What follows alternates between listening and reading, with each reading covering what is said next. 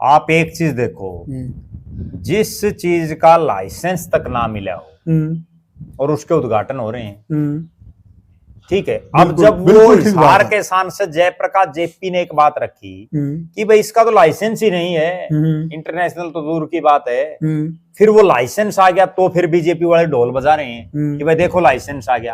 अरे लाइसेंस नहीं, आप ये देखो कि आपने इंटरनेशनल एयरपोर्ट के नाम पर लोगों को उस लाइसेंस में कहीं इंटरनेशनल एयरपोर्ट लिखा है? नहीं, कहीं भी नहीं है।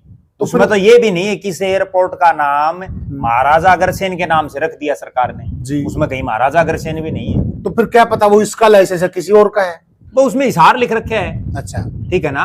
अब एयरपोर्ट की जो बात है, शुरू से मैं एक बात जो मेरे दिमाग में बैठी है, यहां जो है ये इंटरनेशनल एयरपोर्ट तो बनना ही नहीं है। अच्छा, ठीक है।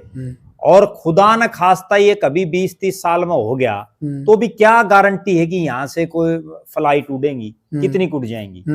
मैं एक दर्शकों को एक बात बताऊं, हमारे यहाँ अगर बात करें हम दिल्ली को छोड़ दें, क्योंकि दिल्ली तो देश की राजधानी है, जी। तो मोहाली में जो एयरपोर्ट बनाया गया, उस एयरपोर्ट की ये हालात है। मुझे एक बड़ा नेता बता रहा था, एक सांसद था, वो ये कह रहा था कि जब मैं वहां उस समय बड़ा अफसर था और वहां जब उसको उद्घाटन हो लिया, सारे काम हो लिए, 2-3 साल तक तो फिर भी वहां फ्लाइट नहीं उड़ पाई।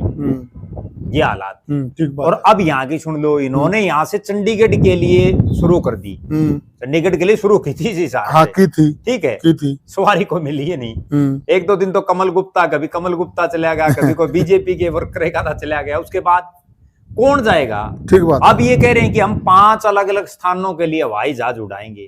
अरे भाई 5 स्थानों के लिए छोड़ो, आप ये बताओ कि ये इंटरनेशनल है या नहीं है। पहले तो ये चीज क्लियर करो। मुझे तो इस चीज का भी लग रहा है आज कि हो सकता है 14 तारीख को देश के प्रधानमंत्री जी भी कहीं ना कहीं ये ना कह दें कि भाई ये हिसार में ऐसा एयरपोर्ट बन रहा है जहां सीधी लंदन तक की फ्लाइट उड़ेंगी। ठीक है, लेकिन उड़ेंगी कब, बात तो ये है ना। बिल्कुल। ठीक है, अगर वो 50 साल में उड़ेंगी तो 50 साल बाद पता नहीं क्या होगा। सही बात है।